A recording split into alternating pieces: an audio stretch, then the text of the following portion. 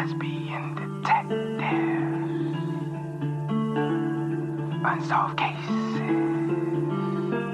She's still missing. Yeah, they haven't found her yet.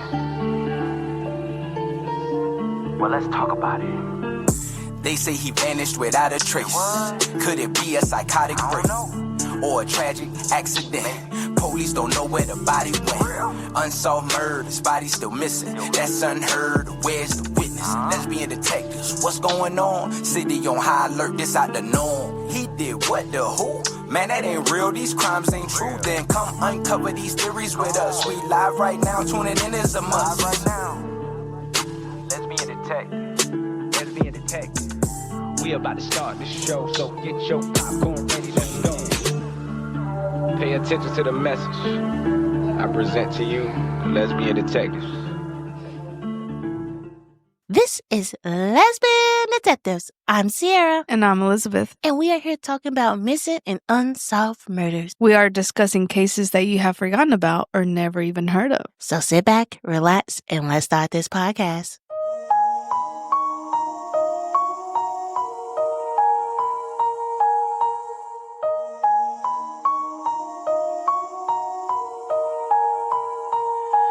Welcome back, everybody. This is a new week. And let me tell you something, guys. A new month. This is my birthday month. I am born on May 11th, and this year, it is on Mother's Day. So, yeah. She's a hard-headed Taurus.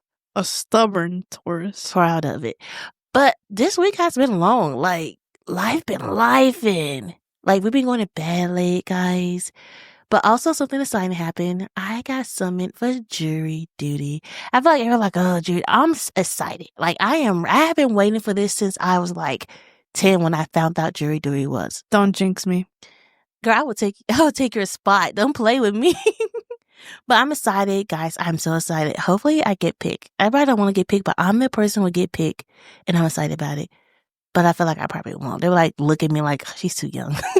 And I answer all the questions honestly, so yeah, I probably won't get picked. Let's hope for the best. And guys, don't forget, we are going live on every Friday. We cannot wait to discuss the episodes with you and hear what your theories are. This case right here we're doing is actually was on my True Crime 1 Minute, and somebody actually came to me and said, hey, can you please do this case? I know you already did in your True Crime 1 Minute, but I would like to hear you guys' theories on it. Okay. Because it does deal with the LGBT. So they want our insight on it. The experts. We are not experts. I mean, we've been through a lot, but probably experts then. Well, let's get into the episode. A teenager stepped out of the car in Manhattan, the city buzzing around them. Headlight flashing, subway humming, people disappearing into the neon blur of the village. They were supposed to take a test that evening. A test to move them up to the next grade. Just a routine night. They never came home. They had suddenly came out to their family. It wasn't a secret anymore, but it wasn't exactly easy either. There were signs. Staying out late, withdrawing, trouble in school. And there were things they hadn't told anyone. Conversations online with an older man. Connections made in the shadow of the internet chat room. When they vanished, the clues led to the village. A place that long been a heaven for the misunderstood, the hiding, and the searching. Someone said they saw them on the subway, sitting beside an older man. When asked why they didn't go home, they simply said, not ready yet. Their mother searched the streets, parked near playgrounds, slept in her car. She whispered their name in the wind each night, hoping it would land in the right ear. Years passed, rumors came and went. One day, someone claimed they were seen again, still in the village, still alive, dressed differently this time. The family gets strange phone calls now, always around the holidays, always when someone passed away. A voice, sometimes soft, sometimes sharp, asks the same thing. Do you ever find them? No name, no explanation, just a riddle in the silence. They were only 14 when they disappeared. Young, queer, trying to figure out who they were in a world that didn't always make space for them. And maybe, just maybe, they found a new version of themselves, One they weren't ready to reveal. Not yet. If they still out there, they should know the door was never closed. The light is still on, and someone still loves them exactly as they are. This is the case of Edmund Eddie Tillman. There's a moment in a parent's life that never fades. The sound of their child laughter, the way their name echoes through the house. The last time they saw them walk away. For Miss Newsom, the last moment came on a warm August evening in 2005, and she'd been searching ever since. Edmund Eddie Tillman was born on January 19, 1991, a gentle, thoughtful boy with a bright smile and a soul that ran deep. Growing up in New York City, Eddie was the kind of kid who light up the room without even trying. He had 3 sisters who adored him and a mother who loved him fiercely, a mother who later walked the city streets for years, calling out his name into the wind. But in the summer of 2005, something began to change. Eddie had just came out to his mom, quietly, casually, revealing that he was gay. At only 14 years old, he was stepping into an identity that was beautiful, but not always safe. His mother, Miss Newsom, didn't hesitate. She loved her son as he was. But even love can't always shield someone from the fear and shame the world so often push onto the queer youth. She noticed the change immediately. He was pulling away, slipping into silence, coming home later, failing at school, and yet never quite saying what was waiting on him. Then, August 10th, 2005, Miss Newsom drove Eddie to Manhattan just after 7 p.m. He was scheduled to take a placement test to see if he could move up to the 8th grade. She dropped him off, told him she loved him, and she thought she'd be picking him up later that evening. She never saw him again. At first, it was confusing, then fear, then panic. She combed through her son's room and found fragments of a secret life. Online chats, anonymous usernames, conversation with older men. It turned out Eddie had been navigating the internet alone, trying to understand who he was, maybe searching for someone who would understand him better than the world around him did. There was talk of a boy, a 18-year-old boy, who may have been more than just a friend.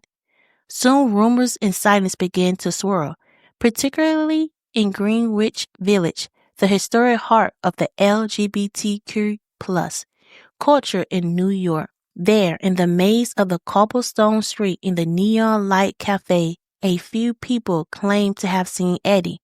One boy said he spotted him on the subway in the company of an older man. "I told him to go home," a boy later told her, but he said he wasn't ready yet. Sometimes kids don't run away because they hate home, said Detective Michael McDowell, who worked in the case early on. They run because they're scared of being misunderstood, even by people who love them. But Miss Newsom understood. She never once turned her back on Eddie. Instead, she became a mother on a mission.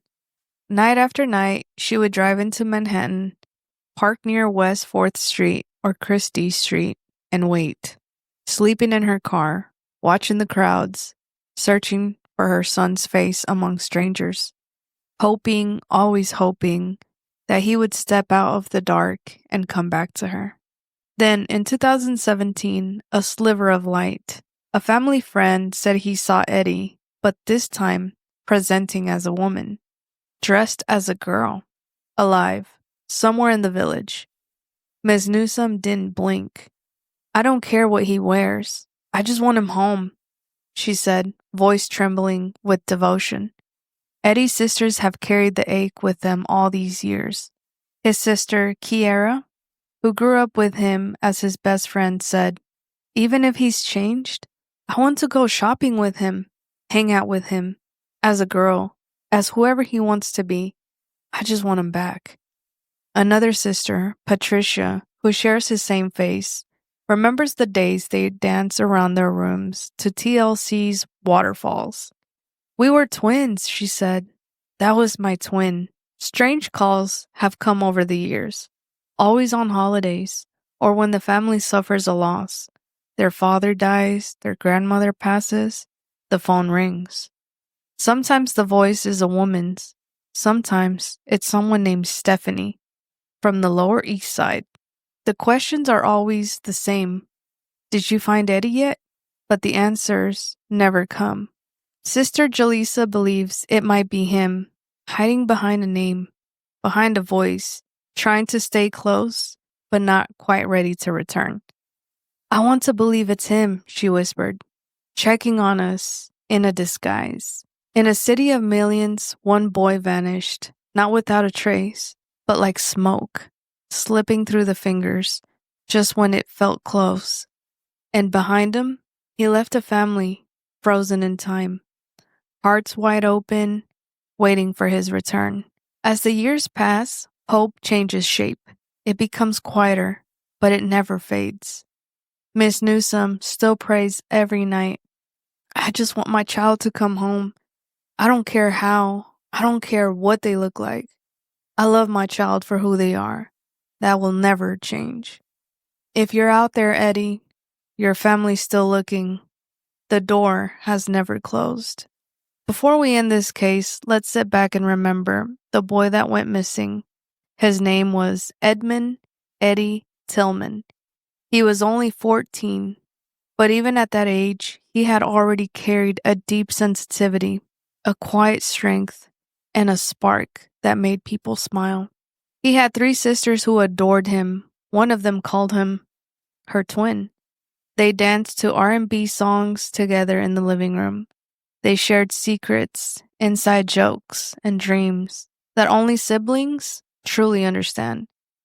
To his mom, he was everything. Her boy, her heart. He came out to her one summer day in 2005, trusting her with the truth about who he was. And she loved him all the same, unconditionally. But being accepted at home doesn't mean the world outside is safe. After that summer, something shifted. He was quieter, slipping away a little each day. He started talking to older men online, maybe looking for understanding, maybe just someone who saw him. And then, one August evening, he stepped out of the car in Manhattan. He was supposed to take a test for school. He never came back. There were sightings, whispers. Someone said he was on a subway with a man. Someone else said he was seen in the village, dressed as a girl. Another said he wasn't ready to come home yet. His mother didn't care what he was wearing. She just wanted to see her child again. She searched alleyways, parks, and city streets. She slept in her car at night, just in case he walked by. She never stopped. Over the years, there were strange phone calls. A voice asking if they found him. A name repeated by strangers. Stephanie? Was it him calling in disguise, trying to check in without being seen? No one knows. He would be an adult now. Maybe he's still out there, living quietly, becoming the version of himself he always wanted to be. His family doesn't care how he looks. They just want him safe, alive, loved, because he is. He always was. If you're listening, come home, Eddie. They're still waiting, and they love you, just the way you are. This is the case of Edmund Eddie Tillman. Now let's get into some theories. Theories. Let's get into some theories. Everyone is a suspect until proven guilty. Let's get into some theories. Let's begin detectives.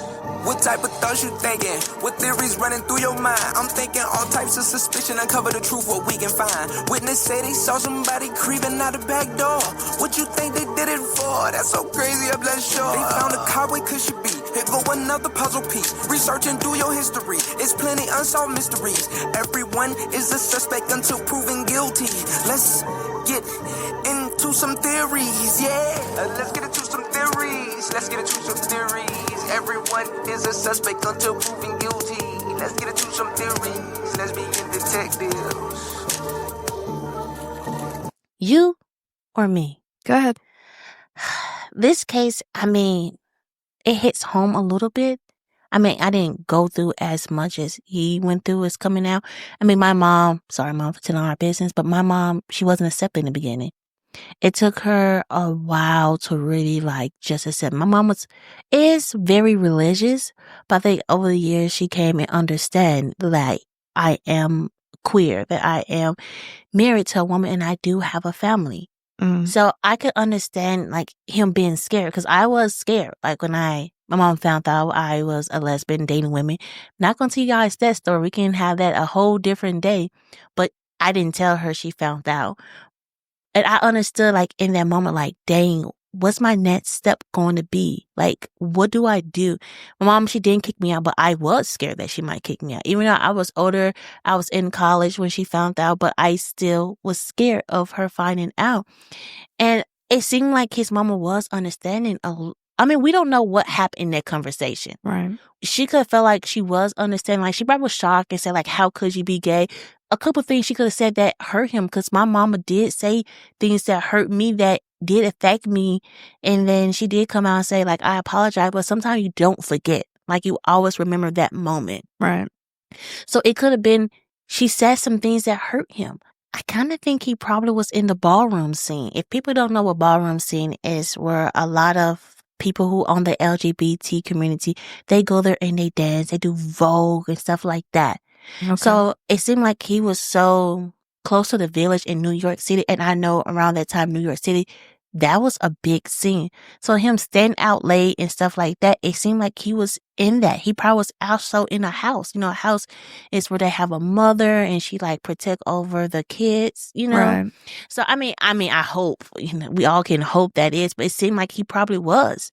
And it also seemed like if he was becoming a woman, he probably was scared of what his mama might have thought of him or what his family members would have thought. It probably wasn't even his mama. It probably was the people that she was around. We don't even know that. Because sometimes your friends could be your worst enemy. Right.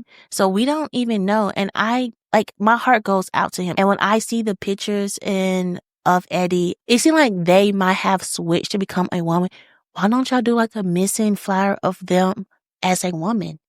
Somebody might have oh, ain't that so-and-so, so-and-so? That might be a thing. But it's because they don't know what they refer to themselves as now. So it's hard. All they have is if it is their dead name. So I feel like they've spread the message, though, that they want them back. I wonder why they aren't coming home. If they did just run away and it seemed like the family is very accepting, I just wonder why. So I have one theory. Okay, go. I believe that they disappeared when they were a minor, of course. And a lot of the times you disappear whenever you're in love. So I believe Eddie was trying to protect whoever groomed them. Honestly, that's probably the only reason that I can see why Eddie doesn't want to come back home, is because Eddie's so in love and maybe even has been a little bit of brainwashed. So you think Eddie might still be with the person that groomed him? Yes. I feel like Eddie is probably not with that person that groomed them anymore. That person probably made Eddie do things that Eddie didn't even think he could have done. Things that he don't want his parents to know. Yeah. I think that is what making Eddie stay away. The disappointment that they probably have. Yeah, that could be true. But I feel like love conquers a lot. Love don't conquer everything. I didn't say everything. I said a lot. I feel like Eddie is still with his partner. I feel like he loves his family. But there's a deeper love, deeper connection with whoever he's from or whoever he's with. And that kind of happened to me, whenever I thought I found my person, I was like, nobody knows me like this person. They know everything about me and they accept me. So you feel like it's a deeper love, but you could be wrong, And I feel like if Eddie was to lose that love, then he would go back to his family because that's what he knows. That's another type of love. When you're going through a heartbreak, you need support. or it makes it easier. Mm-hmm. So the phone calls. Let's get into that because that's my next thing. Yes. So there's very specific timings that Mhm. they're made, Mhm. and they're always asking the same question. Sometimes it's as a man, sometimes as disguised as a woman. But to be knowledgeable of everything that was going on Mm-hmm. seems like it is Eddie Okay. or their persona. Mm-hmm. I do believe it's them, unless Mm-hmm. it's the person that they loved Mm-hmm. and Eddie's no longer with them, Mhm. and it's kind of just like a like somebody is just like fucking with them, you Mm-hmm. know? Okay, stay with me. Okay, I'm gonna throw out a crazy theory. You know how I say I think Eddie might have been involved in the ballroom scene? The ballroom scene is very big in New York City. Where's his house mother? She's calling and saying, hey, like, they know what's going on, but she's like asking questions like, hey, you know, how you found Eddie? What if Eddie kind of probably left the house? And she's Mhm. calling like, have you found Eddie yet? To check, because I know a lot of house moms, those are their kids. Those are their kids. Mhm. And what if, okay, stay with me again. I'm gonna bring a whole circle in. What if Eddie was talking to an older man, say 18, because the mother found an 18-year-old. Mhm. Say that this person was in the ballroom scene too. And he got Eddie into the ballroom scene, and then Eddie met the mother, and they started all hanging out, and then probably Eddie left the ballroom scene or went away with the guy, as you said, probably still with this person. And what if the mother didn't like the person with Eddie and like, no, Eddie, this person's bringing you down. And Eddie probably, you know how you said love conquers Mhm. everything. What if Eddie left his house mom was like, hey, Stephanie, we can call her name Stephanie. Stephanie, I'm going to go be with my man and I'm going to be with this person. And probably the house mom haven't seen Eddie and she's like still checking in on Eddie's family and saying, hey, have you found Eddie yet? And if it is the house mom and you know more than what you let it on, please tell the family. Right. I mean, that could solve, because a mom, she's searching for her baby. And it's so sad. Like, what if Eddie is dressed as a woman and they just pass each other and she like never even noticed? Right. Like, because she's in the village so much. I mean, somebody has to know something. I wonder what's Eddie's drag name, or like, if Eddie's still alive, because I feel like he is. I feel like Eddie's probably still in that village living his life, but for some reason he doesn't want to come home. Yeah, it's been like 20 years. Like eventually He's 34 now. that's what I'm saying. Like it's been a long time. Like whatever people think, like it's I don't know, to me it should be out the window by that time. But I mean that makes sense. If we are going through that theory, I don't believe Eddie is with us anymore. And I feel like they need to interview whoever he was with. So you said Stephanie probably calling saying, have you found Eddie yet? Because She knows. she knows that he's not there anymore. Yeah. And okay, I can see that theory. Yeah. I do feel like the ballroom theory is probably kind of big, because a gay young boy in New York City, trust me, I have talked to a lot of people around that time.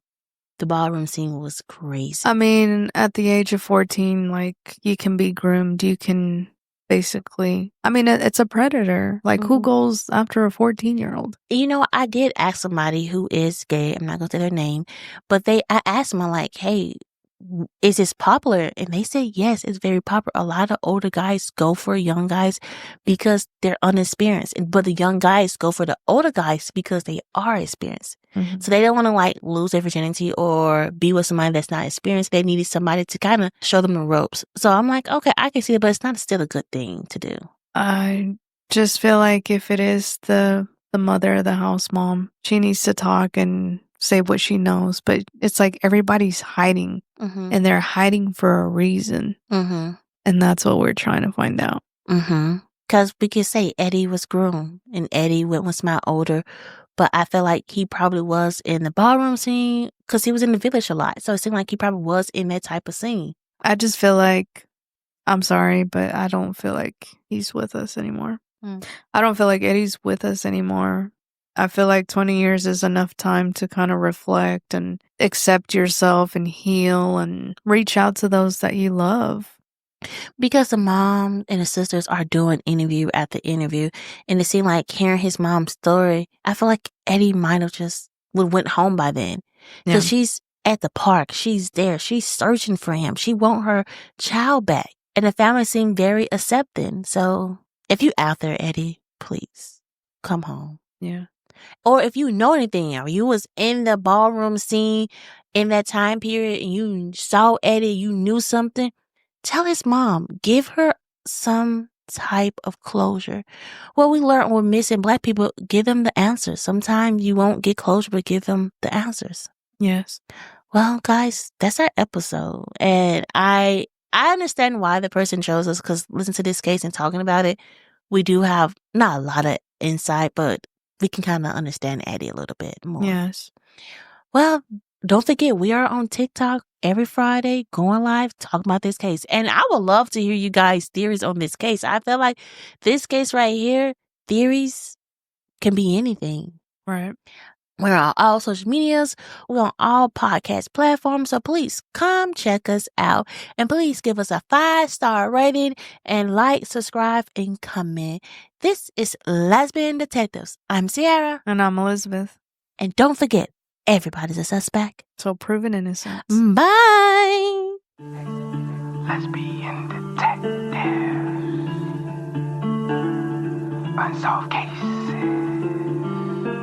She's still missing. Yeah, they haven't found her yet. Well, let's talk about it.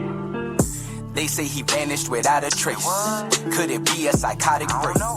Or a tragic accident? Police don't know where the body went. Unsolved murders, body still missing. That's unheard. Where's the witness? Lesbian detectives, what's going on? City on high alert, this out the norm. He did what, the who? Man, that ain't real, these crimes ain't true. Then come uncover these theories with us. We live right now, tuning in is a must. Right now. Lesbian detective, lesbian detective. We about to start the show, so get your popcorn ready, let's go. Pay attention to the message I present to you, the lesbian detectives.